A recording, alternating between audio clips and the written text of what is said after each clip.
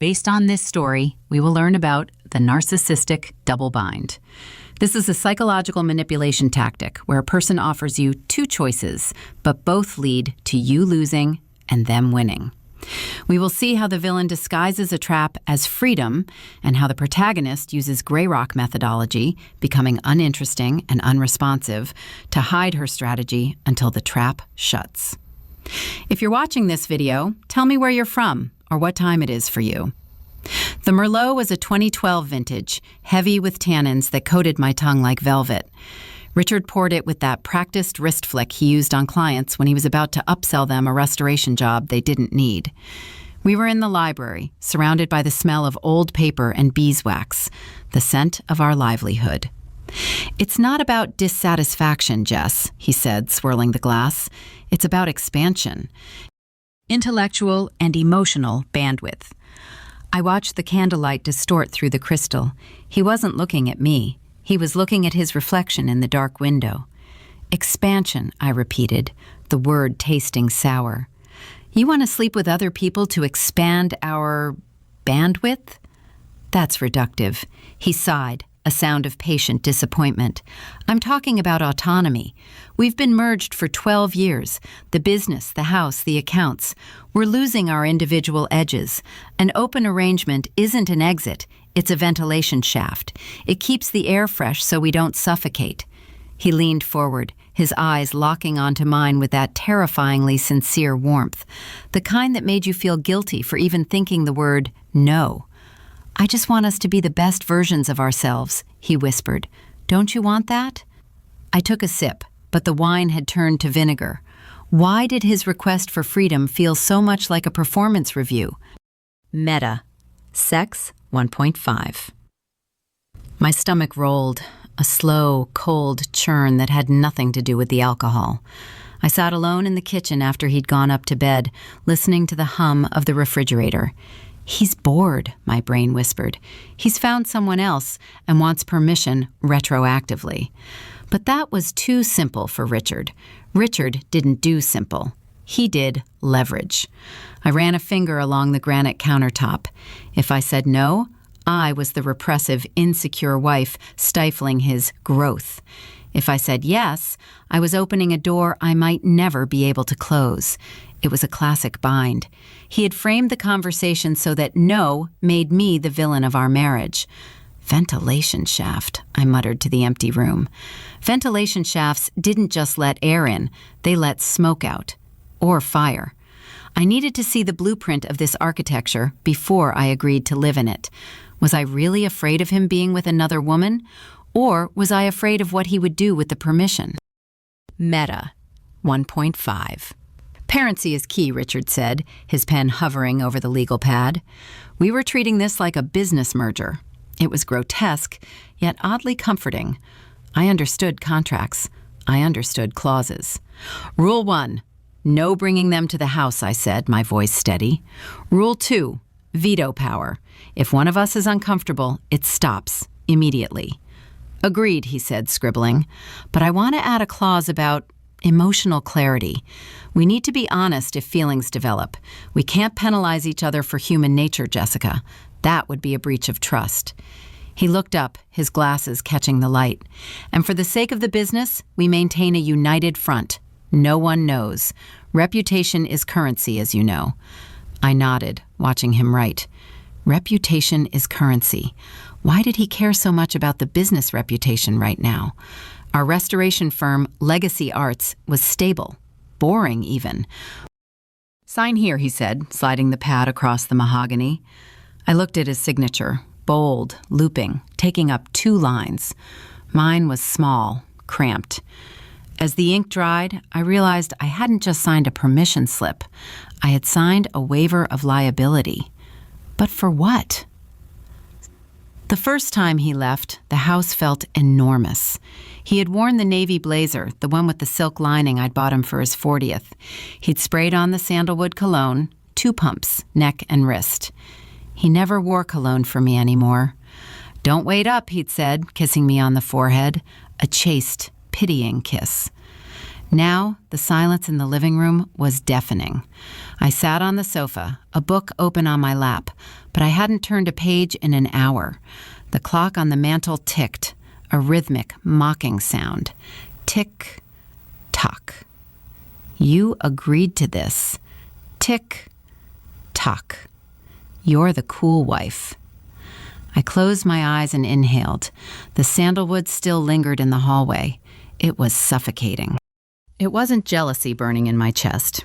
It was suspicion. Richard was too happy. He wasn't nervous. He wasn't guilty. He was efficient. He walked out the door like he was heading to a closing, not a date. Where was the passion? Where was the thrill? He wasn't chasing a woman. He was chasing an objective. You haven't even set up the free. I've probably met my Rame set. You can trick them another way.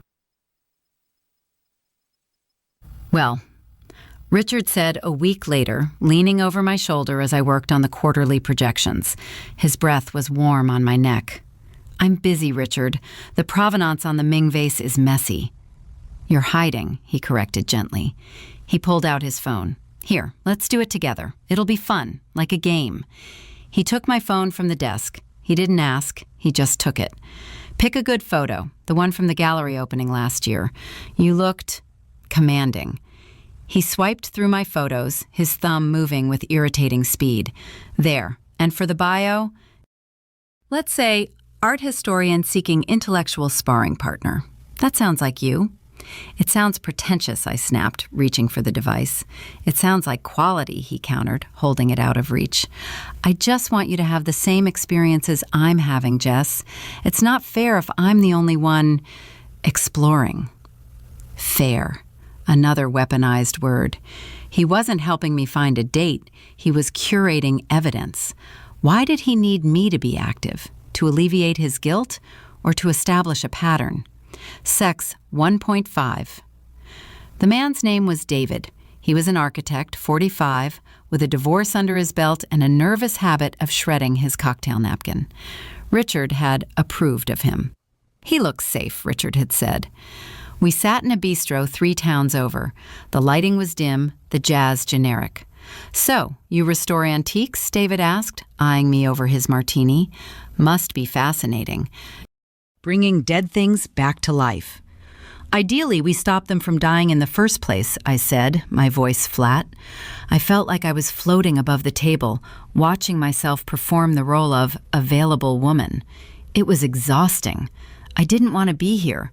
I wanted to be home, in my pajamas, checking the ledgers. My wife, ex-wife, she hated old stuff, David rambled, said it smelled like ghosts. I smiled, a tight mechanical stretching of lips. Ghosts are just history that refuses to leave. I checked my watch. 8:15 p.m. Richard was out, too. Was he with her? Was he laughing? Or was he looking at his watch, too? I felt a sudden piercing clarity. I was the distraction. But from what? I came home early. Richard was already there, sitting in the dark, a glass of scotch in hand. How was it? He asked, not turning on the lamp. Awful, I said, dropping my keys. I felt dirty. This isn't working for me, Richard. He stood up, walking over to place hands on my shoulders. His grip was firm, grounding. Jess, you're looking at this through a lens of ownership. You feel dirty because you've been conditioned to think monogamy is the only moral option. I feel dirty because I'm dating a stranger while my husband waits at home, I argued, pulling away. I wasn't waiting, he said softly. I had a wonderful evening, and I feel closer to you because of it. I feel recharged. He tilted his head, studying me like a cracked porcelain doll. Maybe you should talk to someone. A professional. You carry so much anxiety, honey. It's blocking you from enjoying your life. I hate seeing you so restricted. There it was, the pivot. My discomfort wasn't a valid reaction to a bizarre situation. It was a pathology, a mental block. I don't need therapy, I said. I need my husband. You have me, he smiled, but his eyes were cold. But you need to fix yourself before you can truly have anyone. Was I the broken one? Swerk was my sanctuary. Numbers didn't lie. they didn't gaslight. I was reconciling the accounts for the month, a tedious task Richard usually handled, but had delegated to me so he could focus on client relations, his euphemism for his dates. I scrolled through the operating expenses: rent, utilities, insurance, payroll, consulting fees, $4,500, Voronoi Associates. I paused. We didn't use consultants. We did everything in-house. I clicked on the transaction. It was dated 3 days ago, the same night Richard had his first date. Voronoi, I whispered. I pulled the physical file for the month. No invoice, just a digital transfer. My heart hammered against my ribs. A mistake? Richard was sloppy with receipts sometimes, but $4,500 was a significant chunk of our liquid cash. I logged into the vendor portal. Voronoi Associates had an address in Delaware. A registered agent. A shell. Why was my husband paying a shell company the exact price of a luxury weekend getaway? Meta, sex, 1.5. The annual Preservation Gala. Silk dresses, black ties, and the smell of expensive desperation. Richard was in his element, holding court near the buffet. I stood by his side, the dutiful partner, smiling until my jaw ached. "Jessica, darling," Richard said, his hand on the small of my back, a possessive, guiding touch. "I want you to meet Vanessa. She's a new collector from New York, very interested in the 18th century collection." She was stunning. Not in a flashy way, but in a sharp, tailored way. Black dress, severe bun, eyes that scanned the room like a security camera. "A pleasure," Vanessa said. Her handshake was firm, dry. She didn't look at Richard. She looked at me. It wasn't a look of jealousy or curiosity. It was an appraisal. She was looking at me the way I looked at a chair with a broken leg, calculating the cost of removal. "Richard speaks highly of your eye for detail," she said. "And he speaks highly of your checkbook," I replied, keeping my tone light, almost playful. Richard laughed, a booming sound. "Jessica is the pragmatist. I'm the dreamer." Vanessa smiled, but it didn't reach her eyes. "Pragmatism is undervalued until the bill comes due." A chill went down my spine. She wasn't flirting with him. They were colleagues, conspirators. Meta pause. 1.5. I couldn't sleep. The image of Vanessa's calculatic stare vehicle, until the meta, was the converted by herd method, and he replied them down. I couldn't flirt about into other product with a pewter and rival. The meta is taking a bluff. I couldn't like Tim Intillaview but was returned, the general aid of Rufferts instead of him. She doesn't meet the product and still with the changes product. But I really must have changes with member one. She couldn't find their friends. I tried to do that of her general. She went to the Dispoke that the laptop, incognito mode. I pulled up the bank statements for the last 6 months. I cross-referenced them with Richard's calendar, which he shared with me for transparency. June 12th, late dinner with client. Withdrawal, $200 cash. June 20th, networking event. Withdrawal, $500. July 4th, solo retreat to the cabin. Transfer, $1,200 to a travel agency I didn't know. The amounts were escalating, but it was the dates that stopped my breath.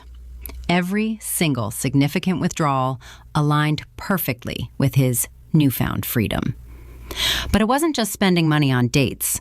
The Voronoi payments were monthly now. $4,500, $5,000, $6,200. This wasn't an affair. This was a siphon. He wasn't just cheating on me. He was embezzling from us. And the open marriage? The transparency? I looked at the contract again, lying on the desk. Clause 4.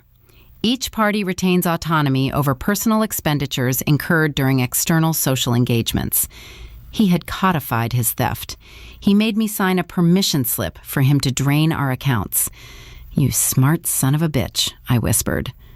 This realization didn't hit me like a lightning, but it wasn't meta-free. The realization didn't settle over me like dust. I sat on the floor of my home office, surrounded by 2 stacks of paper. On the left, our marriage transparency agreement. On the right, the operating agreement for Legacy Arts, drafted when my father passed the company down to us. I traced the language in the marriage contract. Clause 7. Parties agree that actions taken within the scope of this arrangement shall not be deemed a violation of moral turpitude. Then, the business bylaws. Section 4, paragraph 2. The CEO may be removed for conduct involving moral turpitude or actions that bring reputational insolvency to the firm. They were puzzle pieces. Richard hadn't just opened the marriage, he had engineered a conflict of interest. If I acted out with a lover, he could claim I was distracted and damaging the brand's reputation, a brand built on conservative, old money values. But if I didn't act out, and he did, he could claim I was emotionally withholding and force a dissolution of the partnership based on irreconcilable differences, triggering a buyout clause where he set the valuation. He had created a scenario where my consent was the weapon used to sever my equity.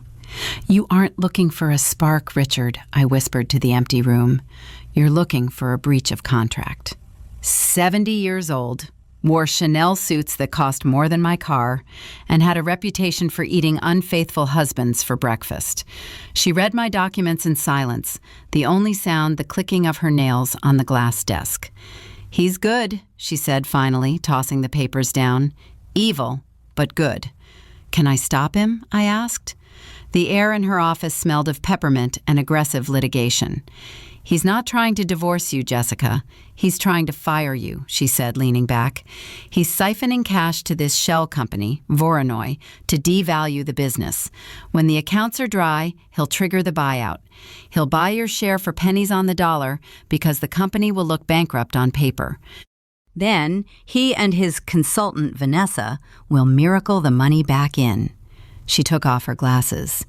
"If you confront him now, he'll hide the assets. He'll claim the money was for legitimate bad investments. You can't just catch him. You have to trap him." "How?"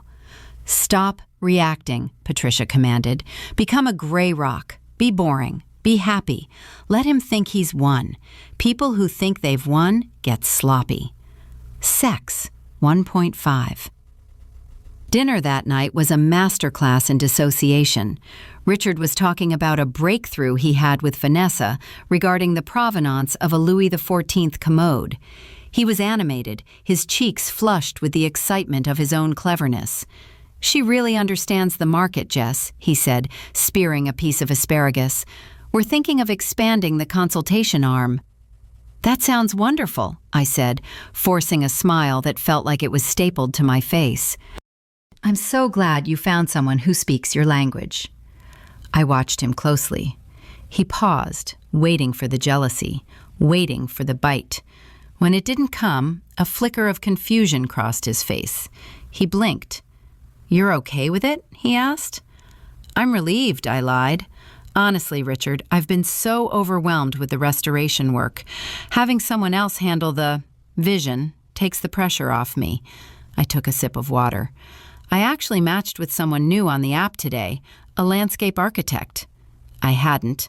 I had deleted the app 3 hours ago. Richard relaxed, his shoulders dropping. Good for you, honey. I told you this would be liberating." He bought it. He thought I was sedated by his permission.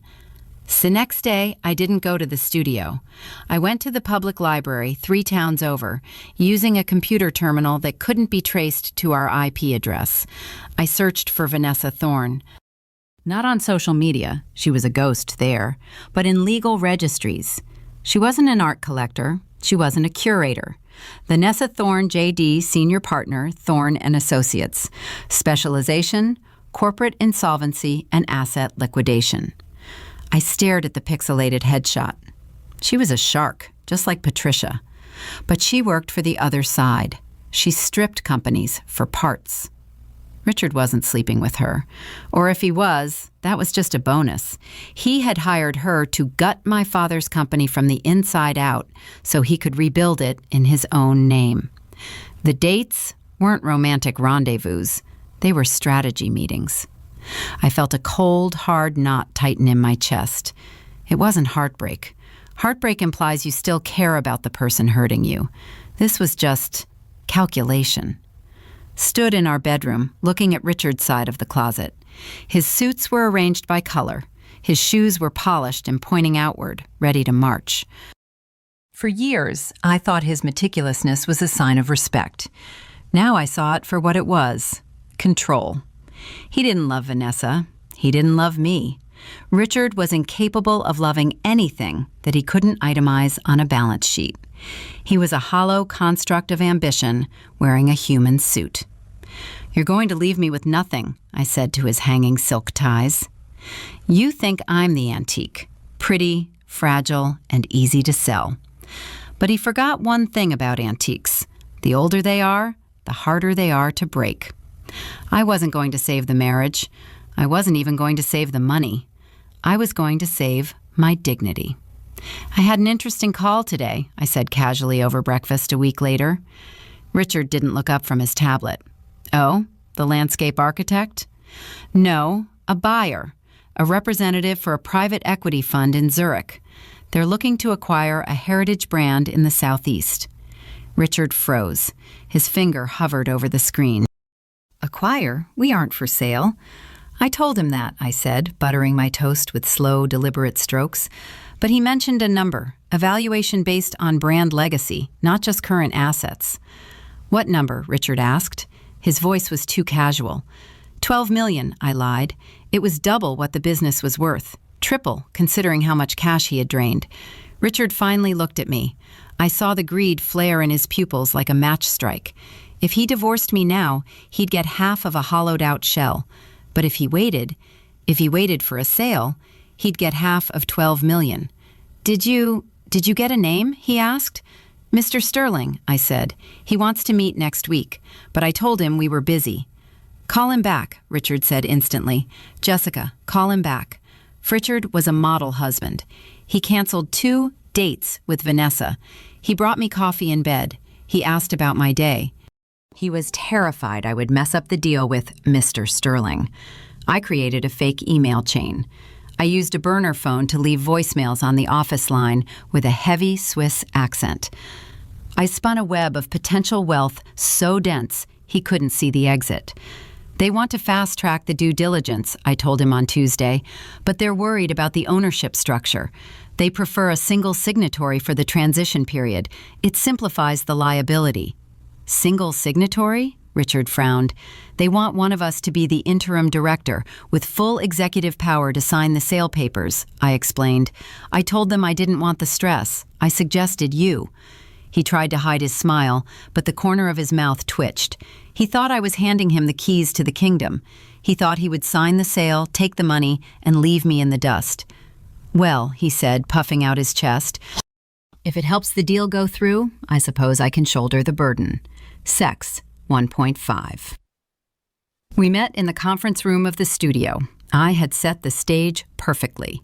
Fresh water pitchers, a stack of bound documents, and the smell of lemon polish. Patricia sat at the head of the table. Richard thought she was the mediator for the sale. "Where is Mr. Sterling?" Richard asked, checking his watch. "He's on a secure line," Patricia said, gesturing to the speakerphone. "But first, we need to restructure the internal hierarchy to satisfy his compliance team. This assigns you, Richard, as the sole liable officer for the company's financial history." Richard didn't even read it. He saw the words sole officer and executive power, and his ego filled in the rest. He wanted to be the man who sold legacy arts. He wanted the win. "Pen?" he demanded. I slid my fountain pen across the table, the one he gave me for our 5th anniversary. He signed with a flourish. Richard Sterling. No, that wasn't right. Richard Vance. He was so excited he almost signed the fake name. Sex, 1.5. The pen. Now, let's get the Swiss on the line. Patricia picked up the document. She didn't put it in a folder. She handed it to me. "Thank you, Richard," I said, my voice dropping an octave. "You've just signed a confession of financial liability." "What?" He laughed, a nervous, barking sound. "What are you talking about?" "That document," Patricia interjected, "assigns all personal liability for the Voronoi transactions directly to you. It also acknowledges that those funds were withdrawn without board approval, embezzlement, and restructures your equity in the company as collateral to repay the debt."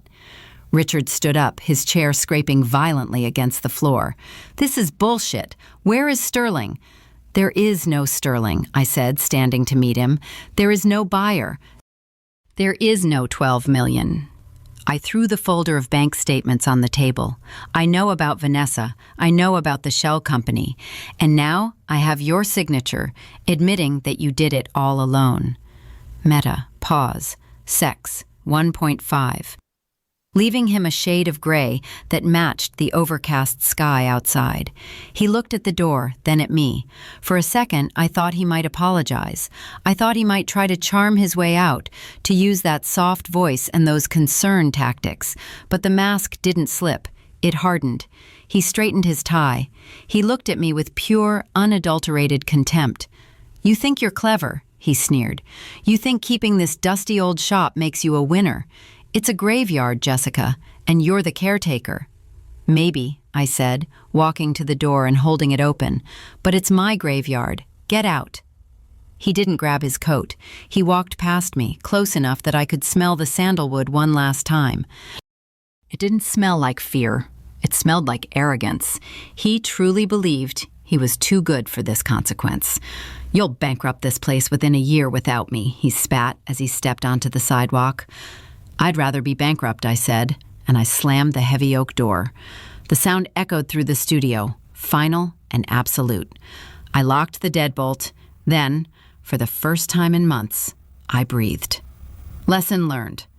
This story illustrates the narcissistic double bind, a situation where a manipulator creates two options that both result in the victim's failure. For example, allow the affair or be labeled insecure. Richard tried to trap Jessica in a lose-lose scenario. Jessica countered this by employing the gray rock method and strategic agreeableness. By appearing to comply with Richard's reality, acting happy, feigning ignorance, she gathered information without triggering his defenses.